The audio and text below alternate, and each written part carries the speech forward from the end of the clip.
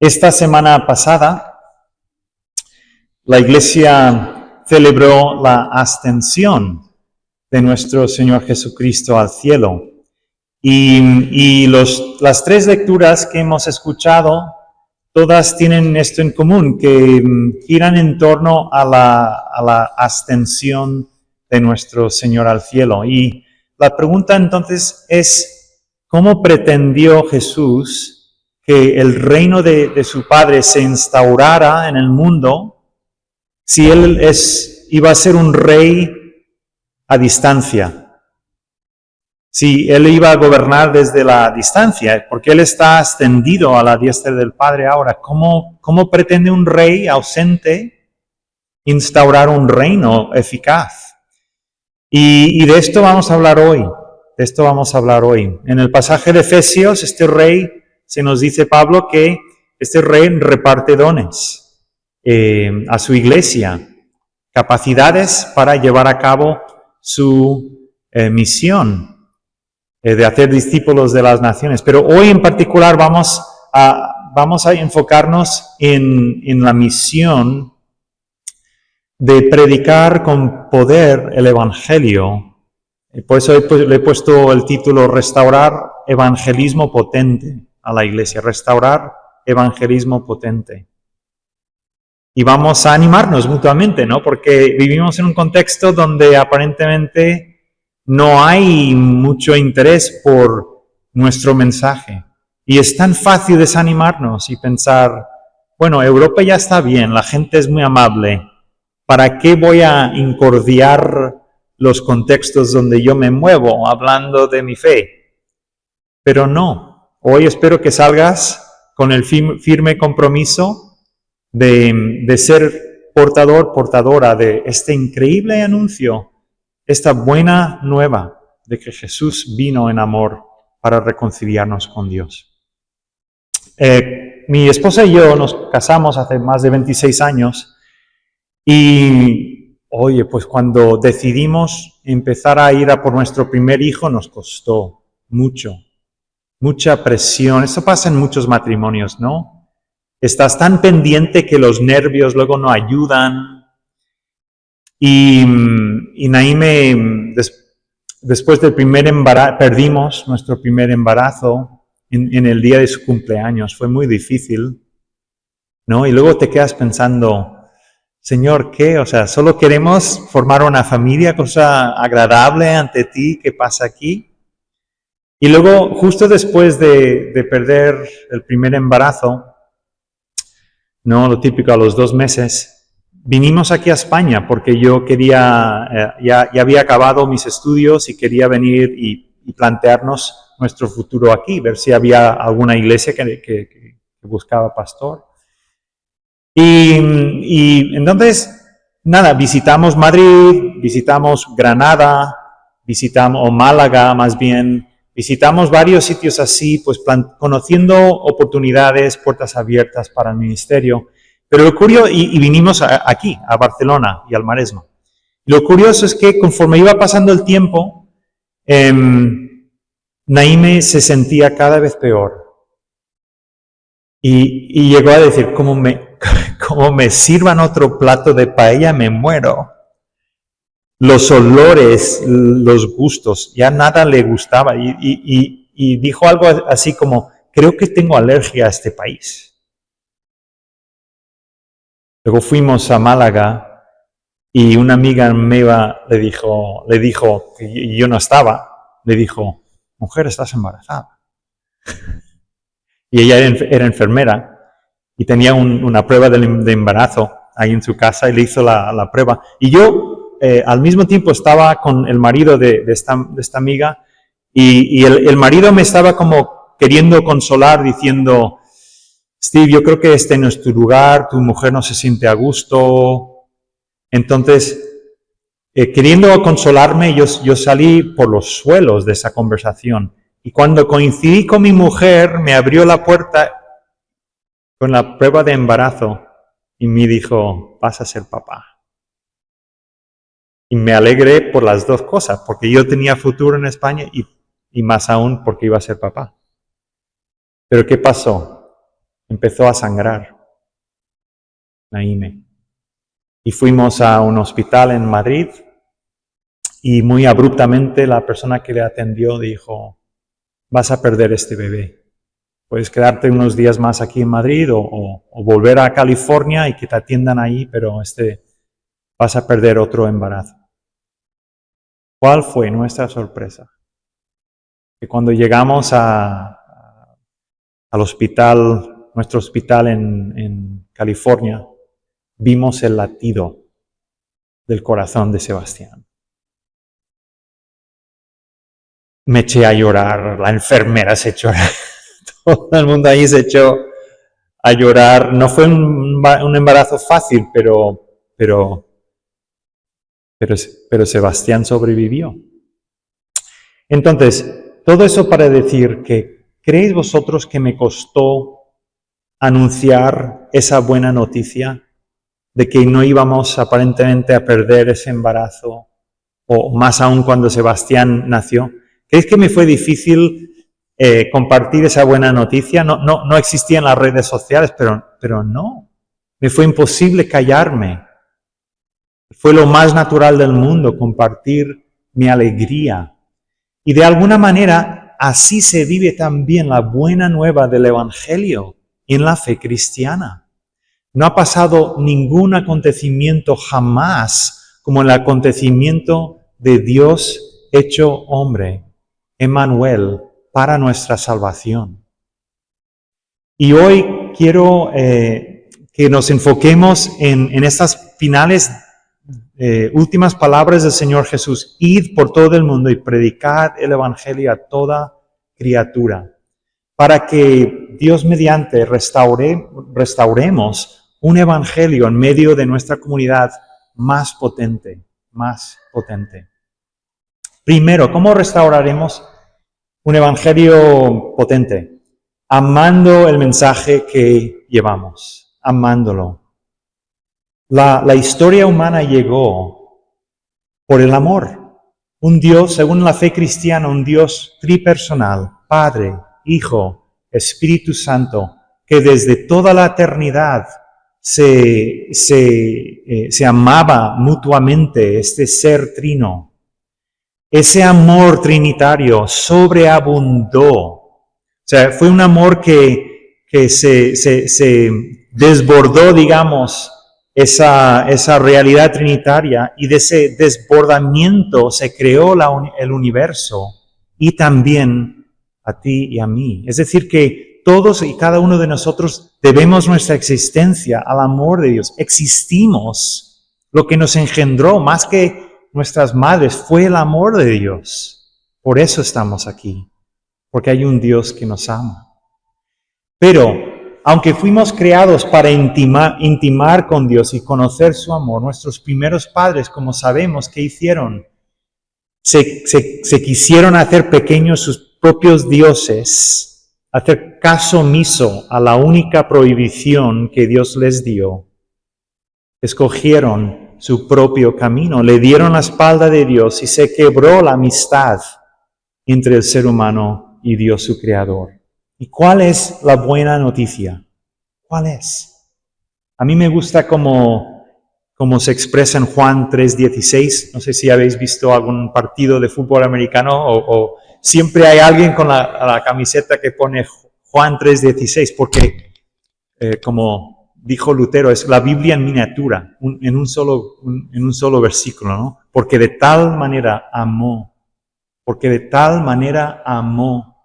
Dios al mundo, que ha dado a su Hijo unigénito, para que todo aquel que en Él cree no se pierda, mas tenga vida eterna. Esta es la buena noticia. Esta es la buena noticia. Un catecismo de la Reforma, que se llama Westminster, en su primera pregunta dice: ¿cuál es el fin principal del hombre? ¿Para qué existe el ser humano? Y responde: el fin principal del hombre es glorificar a Dios y gozar de Él para siempre. O sea, disfrutar de Él para siempre. Entonces, la evangelización, para amar este mensaje que estamos llamados a comunicar. Tenemos que tomar conciencia de que tenemos el alto privilegio de restaurar a las personas a su verdadero propósito en la vida, que es glorificar a Dios y gozar de Él para siempre. No hay otro mensaje que les pueda restaurar a su verdadero propósito. No es mindfulness, no son libros de autoayuda. Todo eso puede ser una ayuda en la vida, pero a fin de cuentas no es el mensaje que tiene un poder transformador en la vida. Ese mensaje es el que nosotros tenemos y debemos amar. Es el mensaje del Evangelio de nuestro Señor Jesucristo. Mi vida, mi propia vida es un ejemplo.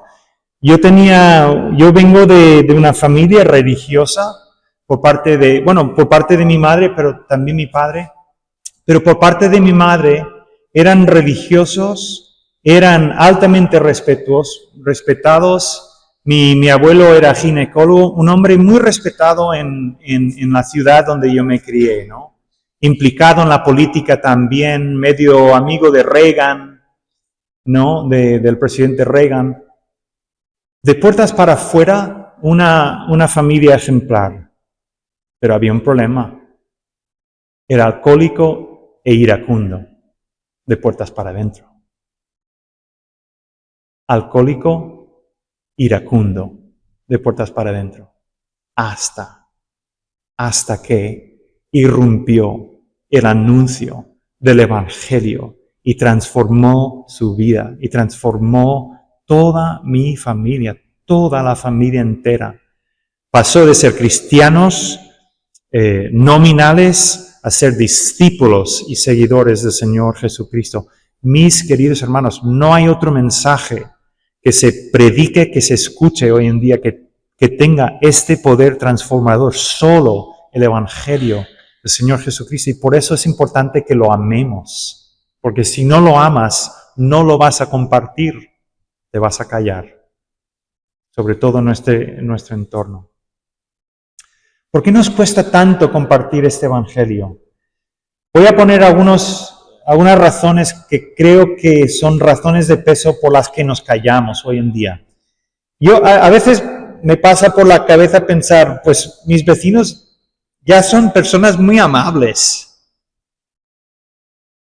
O sea, es decir, nos autoconvencemos de que no necesitan nada porque ya practican un cierto civismo. Paran en los pasos cebra, son amables y por lo tanto, ¿qué les voy a decir? Ya van bien, pensamos. Pero no es verdad. No conocemos su corazón. Segundo, nadie tiene interés. Steve, ¿por qué voy a aventurarme a abrir la boca si nadie tiene interés? Como mucho, curiosidad alguno, cultural. Tercer motivo por el que no solemos abrir la boca, no es mi don. Puede ser el don de Eric, puede ser el don de otro, pero no es mi don, entonces que lo haga otro, porque mi don es cantar, mi don es otra cosa, pero no es predicar el Evangelio. O a veces, en cuarto lugar, pensamos, es que mi vida no es una buena noticia, mi vida deja tanto que desear, ¿para qué voy a abrir la boca? Porque primero mejor que ponga en orden mi propia vida y después hablaré. Pero es que la buena noticia no eres tú, no es tu vida, es Jesús. En quinto lugar, creo que ahora nos viene por la vez, es que en la era post-COVID la iglesia se está quedando obsoleta. Si alguien tiene interés, en todo caso, que hagan una búsqueda en Google y busquen algún mensaje, pero la iglesia se está vaciando. Entonces, ¿para qué? ¿Para qué hablar? Pensamientos así convierten nuestra tarea evangelística en poco más que un ejercicio de molestar. Concebimos de la gran comisión de Jesús como muchas veces, si yo soy sincero, en un ejercicio de incordiar a las personas. En lugar de pensar en el anuncio del mensaje, del amor transformador de Dios. Creo que una de las cosas que renueva nuestro amor por el Evangelio es llevar vidas de arrepentimiento continuo. Quiero compartir con vosotros un pasaje que leí esta semana, impactante. Este salmo es el Salmo de David, es el Salmo 51, pero el contexto es muy importante. Este es el Salmo que David compuso justo después de cometer adulterio con Betsabé y de asesinar a Urías, elitita, su marido, para cubrir sus huellas. Este es el salmo que David compuso justo después de experimentar auténtico arrepentimiento. Y fijaos lo que dice. Dice, crea en mí, oh Dios, ponte en el lugar de David. ¿Has hecho algo horrible? Y David clama a Dios, crea en mí, oh Dios, un corazón limpio y renueva un espíritu recto dentro de mí. No me deseches de ti, de delante de ti que me lo merezco. Y no quites de mí tu Santo Espíritu. Vuélveme el gozo de tu salvación y espíritu noble me sustente. Y fijaos lo que dice ahora. Entonces enseñaré a los transgresores tus caminos. Y los pecadores se convertirán a ti. ¿Cómo? ¿Quién va a hacer caso a David? Pues es que sí. Así de poderoso es el perdón de Dios. Entonces lo que quiero decir aquí es que el arrepentimiento como estilo de vida renueva nuestra fe en la misericordia de Dios. Si tú crees que Dios te rescató hace 20 años de tu mala manera de vivir y no se actualiza la gracia y la misericordia de Dios en ti cada día, vas a vivir el Evangelio como un anuncio muy antiguo, un anuncio que no trasciende en mi vida hoy en día. Sin embargo, si vives la fe, si te arrepientes, si invitas al Espíritu Santo a traer convicción de pecado y te vuelves a Jesucristo cada día, vivirás el Evangelio como una auténtica buena noticia para ti y te será mucho más fácil compartir este mismo mensaje con otros. Entonces yo te pregunto en esta mañana, ¿de qué pecados te estás arrepintiéndote ahora? ¿De qué pecados? Si no se te viene a la mente enseguida, igual tu fe es una fe envejecida. Igual es una fe de hitos en el pasado. No está impactando en el día de hoy. La obra sine qua non del Espíritu Santo es traer convicción de pecado para que nos volvamos una y otra vez a experimentar el amor de Cristo. Y quien vuelve una y otra vez a Cristo, vive el Evangelio como la mejor de las noticias y lo comparte. La fe, fortalecida por el arrepentimiento, es lo que da ímpetu a nuestro anuncio. Por último, y esto es un poco más controversial, a ver cómo se entiende. En los evangelios, siempre, el anuncio de la buena noticia va de la mano con otra cosa. La sanidad, la curación de los enfermos. Es así. Eso es indiscutible. En los evangelios, la predicación del evangelio en la vida de Jesús y sus discípulos siempre iba de la mano con una demostración del poder de Dios mediante las sanidades, la expulsión de demonios. Y en nuestro evangelio, San Marcos, Jesús alude a esto. Dice, id a predicar, y dice, estas señales seguirán a los que creen. En mi nombre pasará esto, lo otro, lo más allá.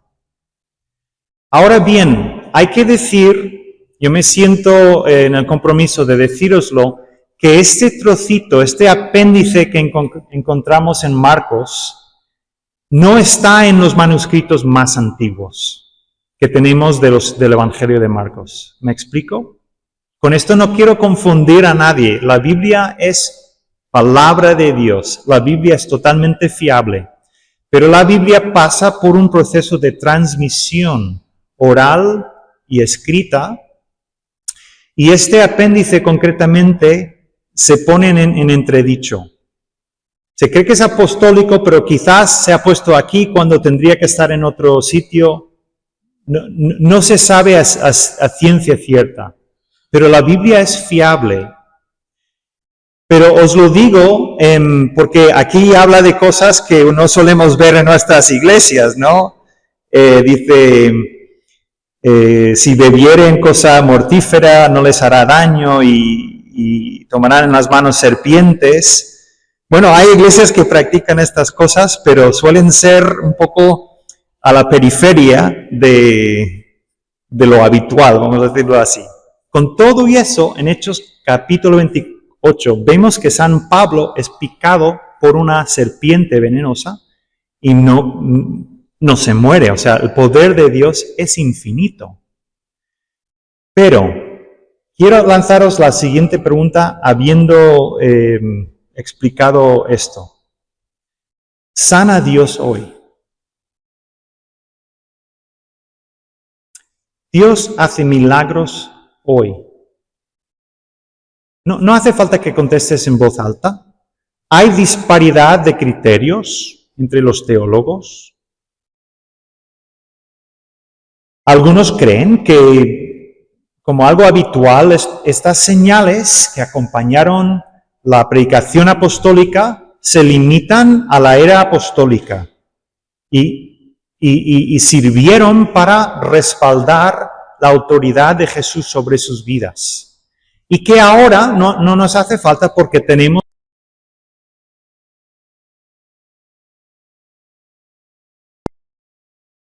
intervenga de estas maneras sobrenaturales, porque tenemos el testimonio infalible de la palabra y es suficiente. Alguien que creía eso en el siglo IV, bastante después de los apóstoles, fue el mismo San Agustín de Hipona. Quizás os suena el nombre, ¿no? De San Agustín, uno de los grandes doctores de teología de la Iglesia. Él creía que las señales milagrosas habían cesado, ¿no? Por no tener ya utilidad. Y lo creía hasta que empezaron a pasar milagros en su propia diócesis. Y acabó descartando su postura anterior ante la evidencia tan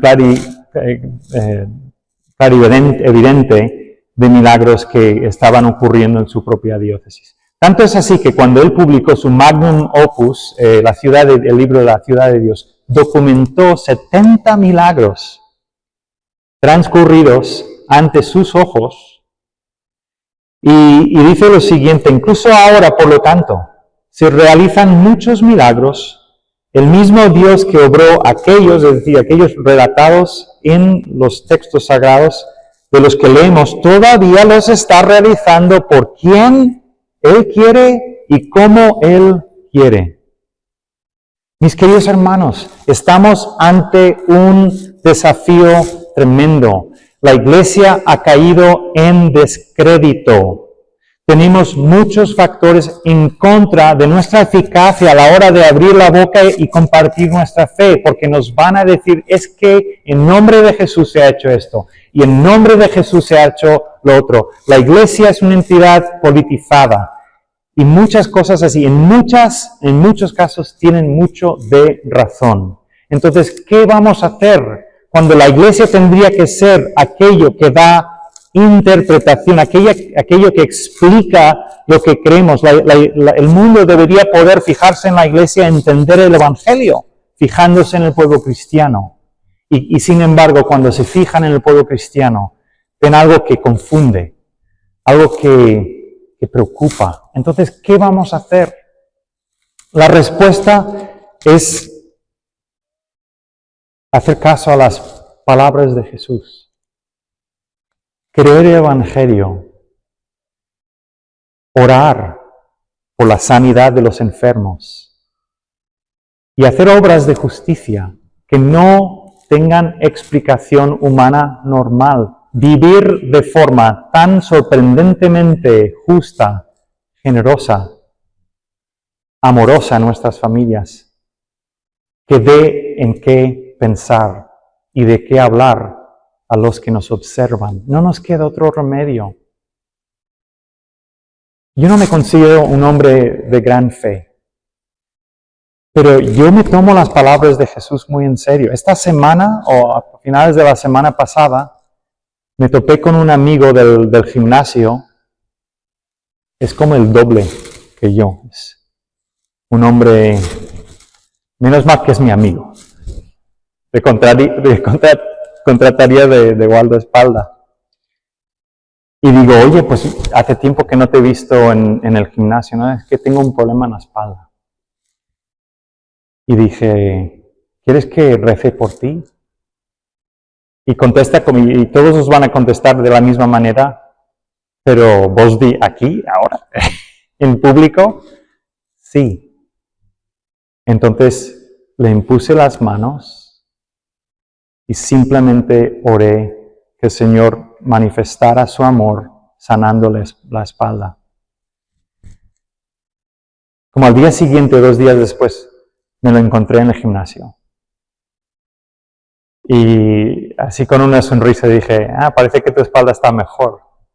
Y dijo, sí. Todavía no hemos pasado más allá, pero yo te pregunto, cristiano, ¿Dios quiere que las personas se salven? Por descontado que sí. No hay cosa que le alegre el corazón más. ¿Y no querrá Dios manifestar su bondad, su poder en el día de hoy para hacer más palpable, más creíble incluso nuestro anuncio, dados los perjuicios que hay? Yo creo que sí. Y te hago la última de las preguntas. ¿Crees que le habría sido más fácil a mi amigo escuchar mi mensaje antes o después de experimentar la sanidad en su espalda? Evidentemente después. No es creyente todavía. A veces la conversión se hace esperar. Es un proceso. Y estamos para acompañar a las personas en todas las etapas. Pero mis hermanos, el Señor nos dio 2 herramientas. La predicación del Evangelio y el simplemente con un espíritu de compasión orar por las personas para que Dios se manifieste en sus vidas. Y Dios es el mismo ayer, hoy y siempre. Él está deseando manifestarse a las personas para que vuelvan a casa.